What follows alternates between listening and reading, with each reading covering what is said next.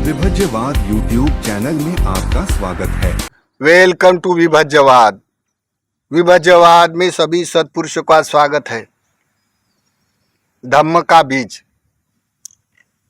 बीज बोले तो अंकुर, धर्म चिरस्थायी बनने का जो अंकुर होता है वो धम्म बीज। तो वो कैसा, जैसी तुलना करे, जैसे कोई कोई बीज होता है,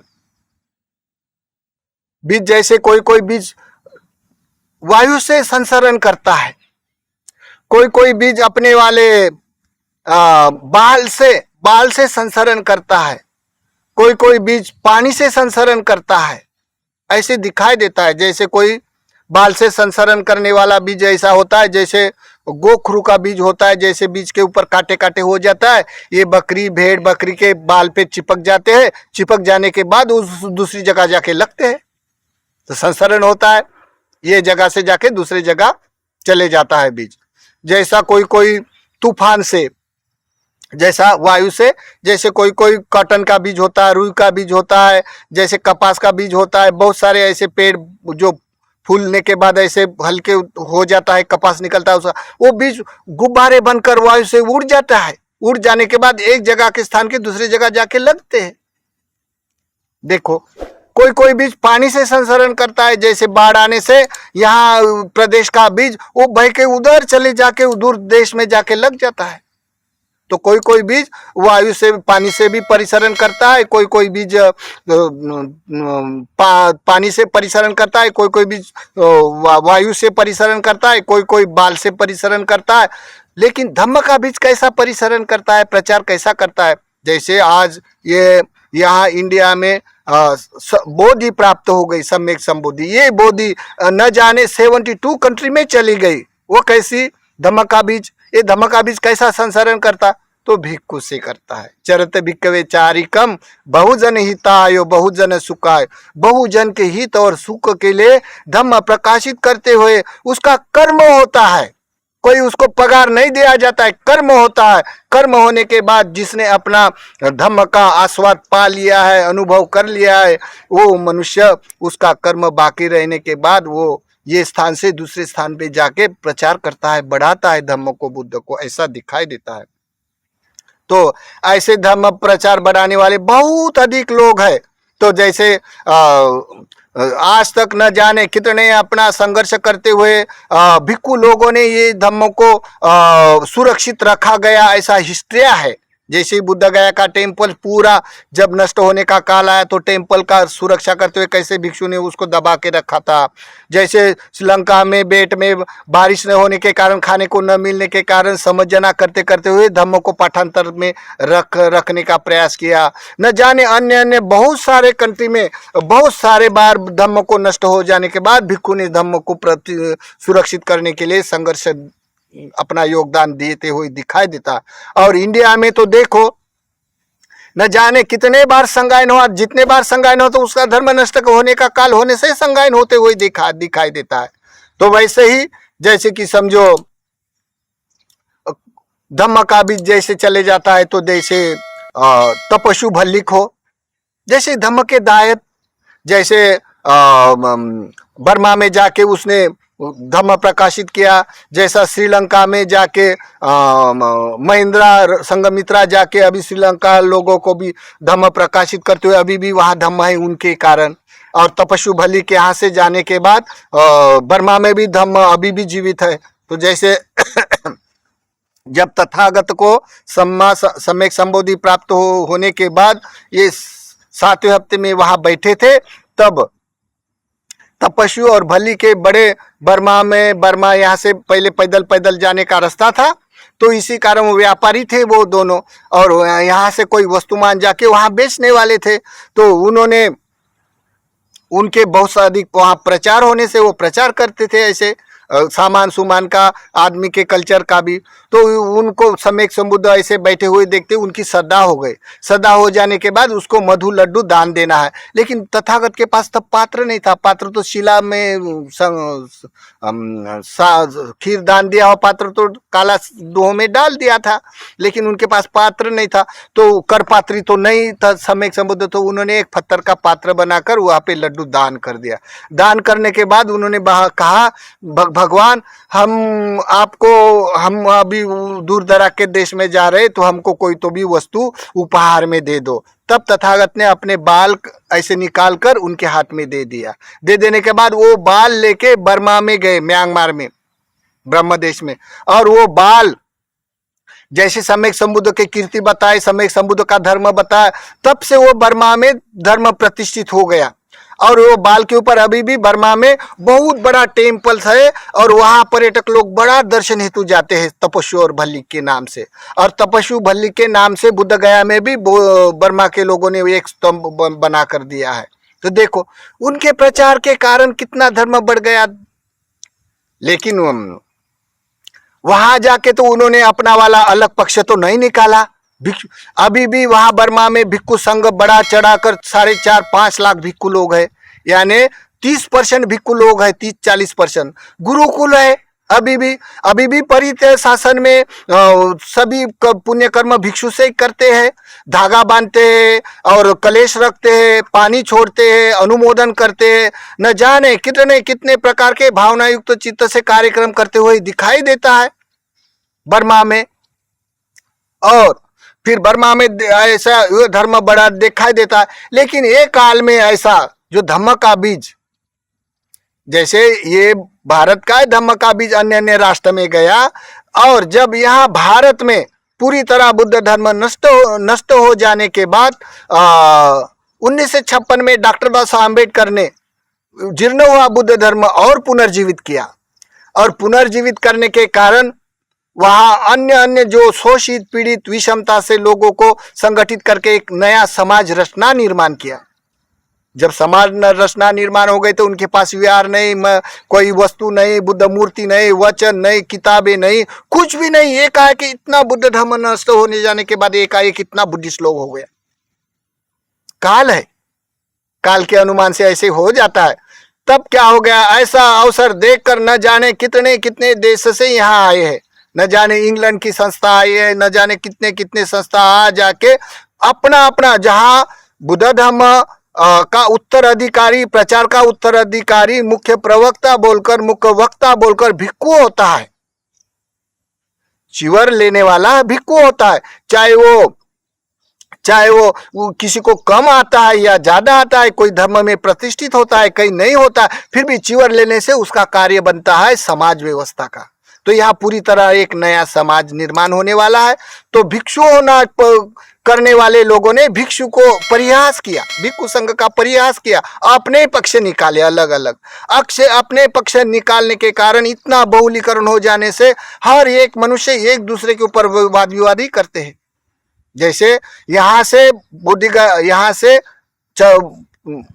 तपस्वी भल्लिक ने बर्मा में धम्म लेके गया, धम्म बीज से प्रचार करते हुए लेके गया। और वहां से भी, बर्मा से भी यहाँ पक्ष आ गया विपसना का। अभी विपसना का पक्ष आया तो उनका काम भिक्षु होना नहीं, भिक्षु करना नहीं है, उनका काम है विपसना आचार्य बनना। तो जब विपसना आचार्य बन जाएगा तो एक बुद्धिस्ट समाज निर्माण कर सकता है या बुद्धिस्ट कल्चर निर्माण कर सकते हैं।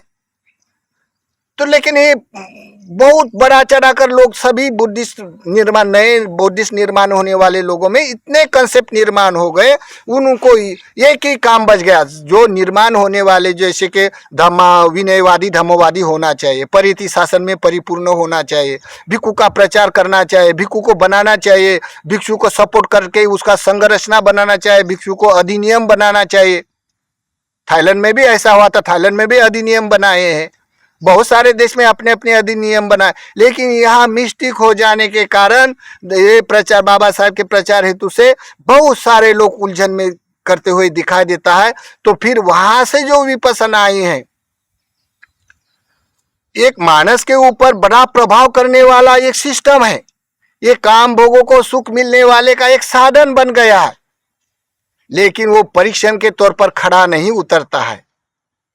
देखे ये बुद्ध की विपसना है क्या, एक थ्योरी निर्माण करके एक मॉडर्न विपसना है करके जाके देखे बर्मा में, तो 18वीं सदी से लेडी सैडो नाम के भिक्खु ने लोगों को वशीभूत करने के लिए ये पैटर्न निर्माण किया, जहां से भंग ज्ञान करा के अमार्ग की रेलसेल करवाता है। फिर मानस उसमें बद्ध हो जाता है और वेदना का खेल करते करते हुए ना वो इधर का होता है ना उधर का होता है, एक उसका एक उद्योग बन जाता है।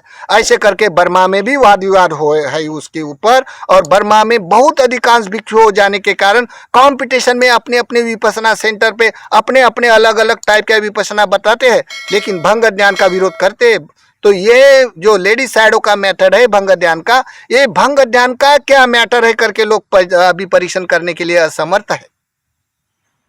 चरत भिक्खवे चारिकम, जिसका समाज अभी भी निर्माण नहीं हुआ। अन्य राष्ट्र में जितने परेती धर्म है, दान धर्म के पूजा वंदना करने के जो कर्म होते हैं उपासकों के, उसको बोलते हैं लोग ये कर्मकांड है। और विपස්සना सांप्रदाय विहीन है, यानी ऐसा बोलने से जितने भी परेती पुण्य कर्म के संसार के नियम है, जैसे बुद्ध शासन के भी भिक्खु से लेने देने के, पुण्य कर्म के, विहारों की सेवा देने के, आदर सत्कार सम्मान भावना करने के, ये सब खत्म हो गया। खत्म हो जाने के बाद भिक्षु भी उलझ गए। परीक्षित धर्म होकर भी परीक्षित नहीं कर रहे। क्या भंग ज्ञान, हम तो वही राजमार्ग छोड़कर भूलभुलिया में गिर जाओगे वही बोलते हैं, वही हम लोग भूलभुलिया का मार्ग शिक्षा लेते हैं और भूलभुलिया की प्रैक्टिस करते हैं। उसके कारण हमारे में माना अहंकार भी आता है और आसक्ति भी बढ़ती है और हमारा एक ही उद्योग बन जाता है और समाज रचने में दुविधा उत्पन्न हो जाते हैं। इसी कारण अच्छे से अच्छे दायर लोग होने वाले धम्म के बाबा साहब के लोगों ने अपने अपने सेंटर बनवाए हैं, मंत्री जंत्री ले, और अपना वाला व्यापार बनाए।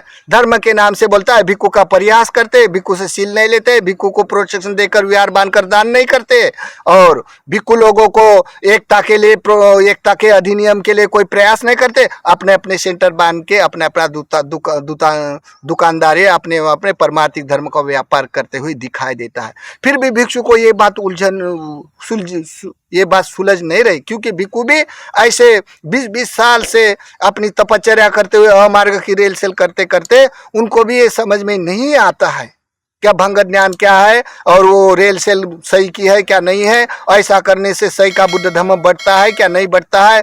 तो लोगों को एक पक्षी होकर ऐसे प्रचार हेतु लोग ऐसे करने वाले अहंकार बढ़ने के कारण मानने के लिए अभी कोई तैयार नहीं है। और तैयार न होने का लिए जो भी लोग श्रद्धावान है विहार में जाने वाले, अभी विहार में जाना छोड़ दिया लोगों ने। अभी भिक्षु को दान देने वाले लोग ने वो अपने वाले दान देना, उसका सेवा भाव सत्कार करना छोड़ दिया। और ऐसा जो कोई भिक्षु लोग उसकी शिक्षा, जैसे कि कोई मनुष्य उनकी भी शिक्षा लेते हैं और उनकी शिक्षा से भिक्षु होकर भी चुपचाप रहते हैं और उनकी शिक्षा में प्रभावित आकर उपासक मान लेता है। और मानने के कारण भिक्षु अपना वाला भिक्षु का कर्तव्य अब निभाता पूरी तरह न निभाते हुए अपना आधा उधर आधा इधर बोलते जाता है, लेकिन परीक्षण नहीं करते हैं। क्या ऐसे करने से जैसे हमारे पैर पे हमारे हाथ से हमारी कुल्हाड़ मारते हैं ऐसा हो जाएगा। जैसे जिस बोधि शाखा का प्रचार करना है तो भिक्षु का मुख्य कर्तव्य होता है, वही भिक्षु पराधीनता से स्वीकार करता है, दूसरे का शासन अनुसरण करता है और वैसे लोग वशीभूत हो जाकर उसको मानते हैं, लेकिन परीक्षण नहीं करते हैं भंग ज्ञान क्या है, अमार्ग क्या है, ये बुद्ध का ओरिजिनल कॉपी है क्या, ओरिजिनल विपස්සना है करके नहीं परीक्षण करते। तो कोई लोग बोलता है अरे ये तो हमारा विपස්සना का विरोध करता है। हमारा विपස්සना नहीं, हमारा अपनापन होने से, हम धम्म क्रांति में हम समर्पित होने से हमारे लोगों को जो फंस गए हैं उसको निकालने के लिए हमारा मन लगता है, क्योंकि हमें पता है, हम लोगों को मालूम है। सभी साधारण लोगों को इसके बारे में कुछ मालूम नहीं होने के कारण उसको सुख के प्रभाव के कारण उल्टा सीधा बोलते रहते। तो उल्टा सीधा बोलना संभव है, क्योंकि करते करते ईगो भी बढ़ जाता है अंदर, अहंकार बढ़ने के कारण मानने के लिए कोई तैयार ही नहीं होता। ऐसे ही करते इतना दुविधा उत्पन्न हो गई ये प्रचार में। तो चरत भिक्खवे चारिकम, ये तो प्रचार अभी बाबा साहब की धम्म क्रांति का अभी ढलते हुए सूरज के समान दिखाई देता है। तो ये मैं यही बोलता हूँ कि आप भी अगर धम्म का बीज है, भिक्षु है, तो आप लोग सही का है क्या नहीं है परीक्षण करना चाहिए। और अपने सामान्य जन जो विनयवादी नहीं है तो उसको विनय सिखाना चाहिए। गांव-गांव जाकर मुख्य रूप से अपना वाला प्रचार हेतु लेके अपना प्रचार करना चाहिए। और जैसा भी मरते दम तक क्यों ना हो, बाबा साहब के लिए हम झूठा ना गिरे, ऐसे ही कर्तव्य से अपना को अपने निभाए तो भला ही हम लोग मार्ग का साक्षात्कार हुआ ना हुआ, इतना इतना मतलब नहीं। लोग ये स्वतापन्न होने की मार्ग की साक्षात्कार की शिक्षा है विपස්සना, इसका मतलब यही नहीं समझते कि सभी कैसे स्वतापन्न हो सकता है, लेकिन भंग ज्ञान का है और उसका अमार्ग क्या है यही समझ में नहीं आता है। वही शिक्षा लेते हैं, वही बोलते हैं ऐसे देखो राजमार्ग छोड़कर भूल भुलैया में गिर जाओगे ना, वही शिक्षा लेते हैं। करते करते वो वशीभूत हो जाता है मनुष्य और एक पक्षी हो जाता है। इसका सही तौर पर परीक्षण करना चाहिए। कोई लोग बोलते हैं विरोध करते हैं, विरोध नहीं करते, तुम कितना गलत करते ऐसा सोचना चाहिए, परीक्षण करना चाहिए। बुद्ध धम्म परीक्षण का होता है। तो ये तपस्वियों भलिक ने जैसे बर्मा देश में जाके अपना धम्म का ध्वजा फैलाई, प्रचार किया है। अभी भी लोग वहाँ भिक्षु संघ है, परेती शासन है, धागा बांधना, पानी छोड़ना, कलेश रखना, भिक्षु से सील लेना, भिक्षु से आशीर्वाद लेना, भिक्षु शासन में समर्पित रहना, भिक्षु संघ को बड़े बड़े विहार बांधकर उनके समर्पित करना, ये अभी भी शासन दिखाई देता है। तो फिर हम लोग ऐसा क्यों उलझते हैं? हमारे उपासकों को क्यों हम लोग अंधी गली में ढकल देते हैं? तो उनको भी धम्म का दायित्व बनाने के लिए अवसर देना चाहिए। ऐसा करके हमारा अपनापन जतलाने से ये चरत भिक्खवे चारिकम धम्म बीज का हेतु प्रकाशित किया है। भवतु सब मंगलम, भवतु सब मंगलम।